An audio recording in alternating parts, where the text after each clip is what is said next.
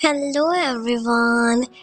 तो अब यहाँ पर दूली चैन जी से कहती है कि मुझे पता है तुम्हारे और म्याओ जिंग के बीच क्या चल रहा है। और हाँ, मैं तुम्हें इतना भी बता दूं कि ये सारा कुछ क्लियर होने के बावजूद भी मैं तुम्हारे सामने अपनी फीलिंग्स को कन्फेस करना चाहती हूँ। पता नहीं ये तुम पर डिपेंड होना है या फिर तुम मुझे अच्छे लगते हो और ये स्पॉन्टेनियस फीलिंग्स है, मैं ये भी नहीं जानती। लेकिन फिर भी मैं अपने दिल की बात तुम्हारे सामने कहकर अपने दिल के बोझ को हल्का करना चाहती हूँ। मुझे तुमसे कोई जवाब भी नहीं चाहिए क्योंकि वो मुझे पहले ही पता है। और फिर वो ये भी देखती है कि जिस तरह से पहले चंजी अकेला होता था और तोली उसकी केयर करती थी, उसका फ्रिज भरती थी, अब कोई और आ चुका था और ऑफ कोर्स वो म्याओ जिंग ही थी जो अब चंजी की पूरी पूरी केयर कर रही थी। ये देखते ही तूली का दिल टूटता है, वो चली जाती है, पर चंजी जाते जाते उसे कहता है, अगर जिंदगी में कभी भी मेरी हेल्प की जरूरत हो तो हेजिटेट ना करना। जबकि उधर म्याओ जिंग एक दफा सन से बातों ही बातों में पूछती है कि अगर कोई इंसान आपके लिए खुद को खतरे में डाल दे, आपको अपनी पहली प्रायोरिटी रखे और खुद को भूल जाए, तो क्या ऐसे इंसान के साथ जिंदगी गुजारना ठीक होगा? सन कहता है, हर किसी की अपनी अपनी प्रेफरेंस होती है, लेकिन अगर कोई इतना प्यार करे कि खुद को भूल जाए और दूसरे को आगे रखे, शायद मैं ऐसे इंसान को चूज ना करूं, क्योंकि मुझे लगता है कि दोनों की तरफ से रिश्ते को बराबर इम्पोर्टेंस देनी चाहिए। जबकि उधर ऑफिसर जावा चंजी के पास आया हुआ था। पहले तो वो जैंग के बारे में थोड़ी बहुत डिस्कशन करते हैं और उसके बाद चंजी को परेशान देखकर जाओ कहने लगता, क्या हुआ, तुम्हारी म्याओ जिंग से क्या कोई लड़ाई हो गई है? वो कहने लगता है, हाँ कुछ ऐसा ही है, वो घर से मूव आउट कर चुकी है।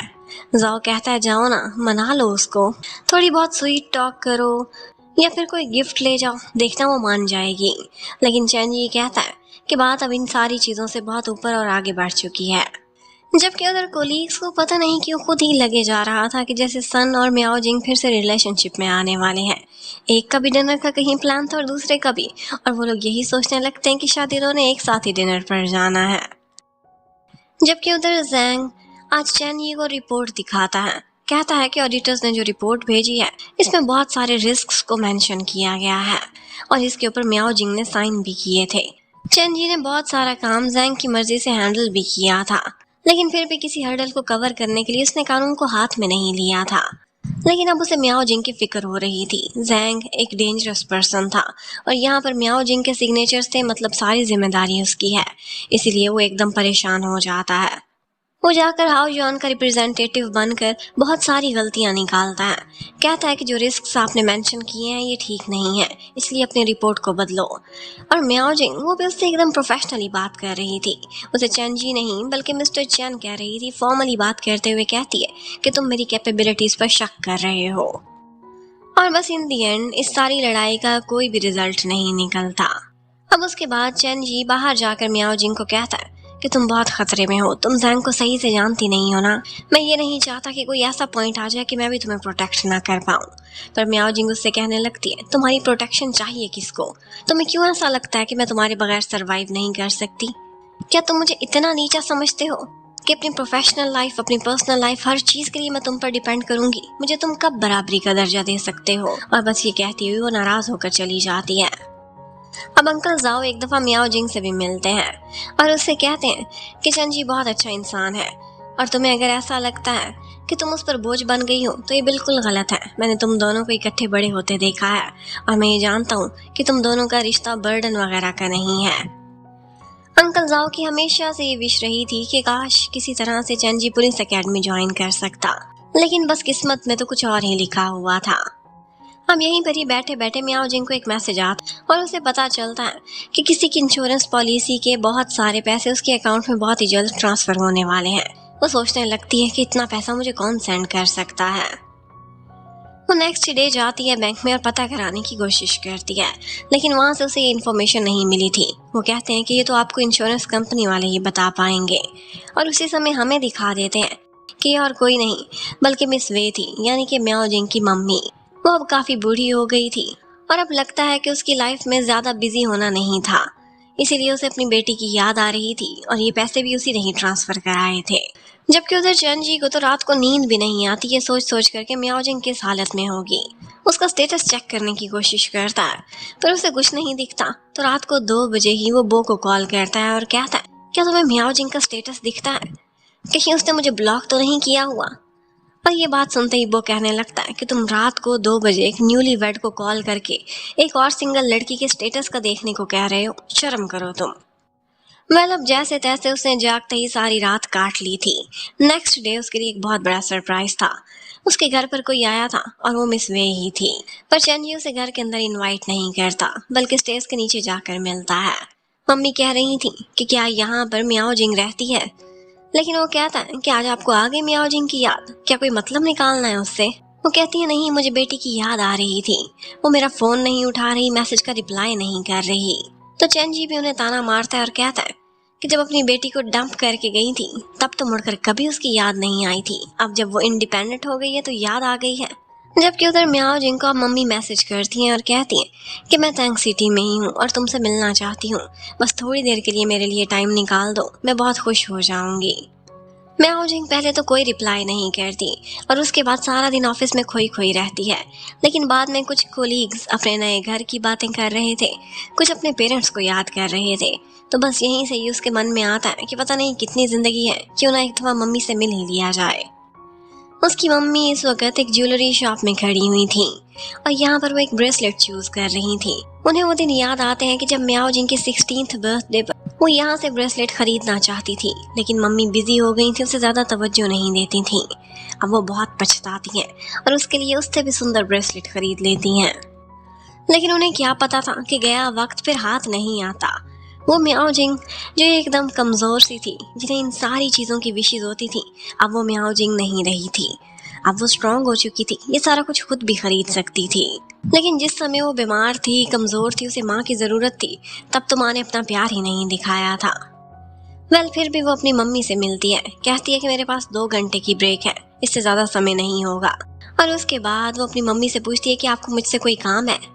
वो कहती है नहीं, मैं सिर्फ तुम्हें देखना चाहती हूँ। वो कहती है देख लिया, इस शहर को भी देख लिया, अब जाए, मैं आपके लिए टैक्सी मंगवा देती हूँ। लेकिन मम्मी आगे को भाग जाती है और कहती है 2 घंटे में भी बहुत समय बचा हुआ है। अब उसके बाद वो मम्मी के पीछे पीछे चलती है। उसकी मम्मी एक मशीन से स्टफ टॉय निकालने की कोशिश कर रही थी। मियाओ जिंग को लगता है कि पता नहीं कौन से डिप्रेशन में फंसी हुई है। कहने लगती है कि क्या अपने नए बॉयफ्रेंड से आपका ब्रेकअप हो गया है, जो यहाँ कोई फ्रस्ट्रेशन निकाल रही है। लेकिन उसकी मम्मी कहती है मुझे याद है तुम्हें इस तरह की टॉय मशीन से टॉय निकालना बहुत पसंद था, लेकिन तब मेरे पास समय नहीं होता था। और अब वो बार बार निकालने की कोशिश कर रही थी, पर उनसे हो ही नहीं पा रहा था। तो मियाओ जिंग उनको साइड पर करती और जल्दी से एक टॉय निकालकर उनको पकड़ा देती है। वो उसी को ही दे रही थी, लेकिन मियाओ जिंग बोलती है कि अब मुझे इस तरह की कोई विशेष नहीं, ना कोई शौक। अब वो इकट्ठे खाना खाने के लिए जाती हैं। मम्मी कहने लगती है कि मैंने बहुत गलतियां की हैं, तुम्हारे साथ जितना भी बुरा किया है मैं उसका बदला चुकाना चाहती हूँ। लेकिन मियाओ जिंग कहती है कि आपने इतना कुछ मिस कर दिया है कि वो समय वापस नहीं आएगा और ना ही वो पुरानी मियाओ जिंग, आप बहुत पीछे रह चुकी हैं। अब मम्मी वही ब्रेसलेट निकालती हैं। मियाओ जिंग को ये देखकर और भी बुरा लगता है, लेकिन मम्मी खुद आगे बढ़ती है और उसके हाथ पर वो पहना देती है और कहती है मुझे पता है कि ये ब्रेसलेट तुम्हारे सामने अब कोई वैल्यू नहीं रखता और ना ही इन चीजों से कोई पुराना समय वापस आएगा, लेकिन फिर भी मेरे मन की तसल्ली के लिए मैंने जो भी गलत किया था उसकी खातिर मैं कुछ अच्छा करना चाहती हूँ। अब मम्मी के पास रहने की कोई जगह तो थी नहीं, चेंजी उनको रखेगा नहीं, तो इसलिए मियाओ जिंग अब ऐसा करती है कि उनको अपने ही होटल रूम में ले आती है। हम वो देखती है कि बार बार चेंजी ने उसे मैसेजेस किए हुए थे। कहता था कि जब भी अनईजी फील करो, अनकंफर्टेबल लगे तो तुरंत ही घर वापस आ जाना। अब वो वाकई बहुत अनकंफर्टेबल फील कर रही थी। तो नेक्स्ट डे जब काम से वापस जा रही होती है, सन उसे ड्रॉप कर रहा था, तो ऐसा करती है कि घर ही चली जाती है। दरवाजा खोलकर अंदर जाती है तो देखती है कि तूली बैठी हुई है और वो भी एकदम कंफर्टेबल कपड़े पहने हुए। चेंजी भी था और मोमेंट इतना ऑकवर्ड सा हो जाता है कि सन को ऐसा लगता है कि जैसे ये बिन बुलाए मेहमान उनकी प्राइवेसी को इन्वेड कर रहे हैं। सन कहता है क्यों ना हमें चलना चाहिए, क्या ख्याल है मियाओ जिंग, इन दोनों को डिस्टर्ब ना करें। लेकिन चेंजी आता है और कहता है हाँ डिस्टर्ब तो किया है, लेकिन सिर्फ तुमने, मियाओ जिंग का ये अपना घर है और वो किसी भी समय आ सकती है। तूली कह रही थी कि आप दोनों को जो लग रहा है ऐसा बिल्कुल भी नहीं है। सन को तो शक हो ही सकता था, लेकिन मियाओ जिंग को कभी भी नहीं हो सकता था, वो चेंजी को बहुत अच्छे से जानती थी। तो बस अब वो जाकर देख लेती है। उसे मालूम पड़ जाता है कि एक्चुअली तूली अपने बेटे के साथ यहाँ पर आई है और तूली उसे ये भी बताती है कि जब कभी भी वो मुसीबत में होती है और उसका एक्स हस्बैंड उसको और उसके बेटे को तंग करने के लिए आता है, तो वो लोग चेंजी से ही हेल्प मांगते थे और आज भी कुछ ऐसा ही हुआ है। और फिर बस वो दोनों इकट्ठे से बच्चे की केयर कर रहे थे और अच्छा समय बिता रहे थे कि इतने में वही एक्स हस्बैंड चंजी के दरवाजे तक पहुंच जाता है। चंजी उसे पानी फेंक कर भगाने की कोशिश करता है, लेकिन इतने में तुली भी वहां पर आ जाती है, क्योंकि वो बच्चे को आवाजें दे रहा था और बच्चे को एक तरह से अपने डैड से फोबिया ही हो चुका था। वो उनकी आवाज सुनता था तो डर के कांपने लग जाता था, क्योंकि उसके डैड बहुत वायोलेंट थे। अब म्याओ जिंग से बर्दाश्त नहीं होता। वो आगे बढ़ती है और कहती है कि अगर तुम यहाँ से नहीं निकलते तो मैं अभी कभी पुलिस को कॉल करूंगी। और उसके बाद वो वहां से भाग जाता है। जिस तरह से उसने चेनजी को हटाकर खुद आगे मुकाबला किया था, चेनजी को वो बहुत ही स्वीट लगती है। और उसके बाद वो चारों इकट्ठे बैठकर खाना खाते हैं। और यहाँ पर पता नहीं कैसे, लेकिन बच्चे ने पहली ही नजर में पहचान लिया था कि अंकल और म्याओ जिंग आंटी, इनका एक कपल ही बनता है। वो कहता है कि आप दोनों एक दूसरे के साथ अच्छे लगते हो और आंटी आपकी बहुत केयर करती हैं। ये सुनते ही ऑफ कोर्स उन दोनों का मूड बहुत अच्छा हो जाता है। अब वो लोग इकट्ठे खाना खाने के बाद तुली और बाऊ म्याओ जिंग के कमरे में ही सो जाते हैं। तुली बताती है कि मेरे लिए मेरा बच्चा ही सारा कुछ है और इसी के लिए ही मैंने अपनी डांसिंग का प्रोफेशन भी छोड़ दिया, ताकि कभी भी मेरी वजह से इसका सर ना झुके। अब ये सुनते ही म्याओ जिंग को एहसास होता है कि काश जब मैं बचपन में थी तो मेरी माँ भी मेरे बारे में इस तरह से सोचती, जैसे तुली एक अच्छी माँ बनकर अपने बेटे के बारे में सोच रही है। अब नेक्स्ट मॉर्निंग जब तक म्याओ जिंग उठती है, तुली और उसका बेटा तो वहां से जा चुके थे। अब चेनजी उसके लिए नाश्ता बनाता है। वो कहती है तुमने बताया क्यों नहीं था कि मेरी मम्मी आई है। वो कहता है मैं तुम्हें परेशान नहीं करना चाहता था, पहले ही तुम काम की वजह से इतनी स्ट्रेस में थी। लेकिन म्याओ जिंग कहती है कि मम्मी मेरे साथ ग्रैंड माँ की ग्रेव पर जाना चाहती हैं और मैं सोच रही हूँ कि क्यों ना एक दफा उनके साथ हो ही लिया जाए। और फिर चेनजी डरते डरते उससे पूछता है कि क्या तुम कंसीडर करती हो कि वापस मूव इन कर जाओ। म्याओ जिंग हंसते हुए कहती है इट डिपेंड्स तुम्हारे रवैये पर। उधर हमें होटल रूम में दिखाते हैं कि वे की तबीयत आजकल ठीक नहीं रहती थी। वो मेडिसिन भी लेती थी और अकेले में अपनी बेटी को बहुत याद भी करती थी। जब से वो होटल में आकर रहने लगी थी, म्याओ जिंग ने तो जैसे अपना कमरा ही छोड़ दिया था। अब म्याओ जिंग अपने काम में कुछ ज्यादा ही बिजी हो जाती है। उसे मिस्टर लियू, जो कि जैंग का बिजनेस पार्टनर बन रहा था, उस पर काफी शक था और वो लोग उसी से रिलेटेड कुछ इन्वेस्टिगेशन करने में लगे हुए होते हैं। और वो इतनी बिजी होती है कि वो ऑफिस में भी चेनजी को नहीं दिखती और ना ही वो घर आती थी। वो काफी परेशान होता है और सोचता है कि वो मुझसे नाराज है, मैं उसे कैसे मनाऊं। और उसके फ्रेंड्स तरह तरह के मशवरे दे रहे थे। वो बहुत बोस्ट कर रहा था। उसकी शादी जो हो गई थी, कहता है मुझे पता है तुमने लड़की को कैसे मनाना है। कुछ गिफ्ट्स के बारे में बता रहा था, या फिर आउटिंग पर ले जाओ।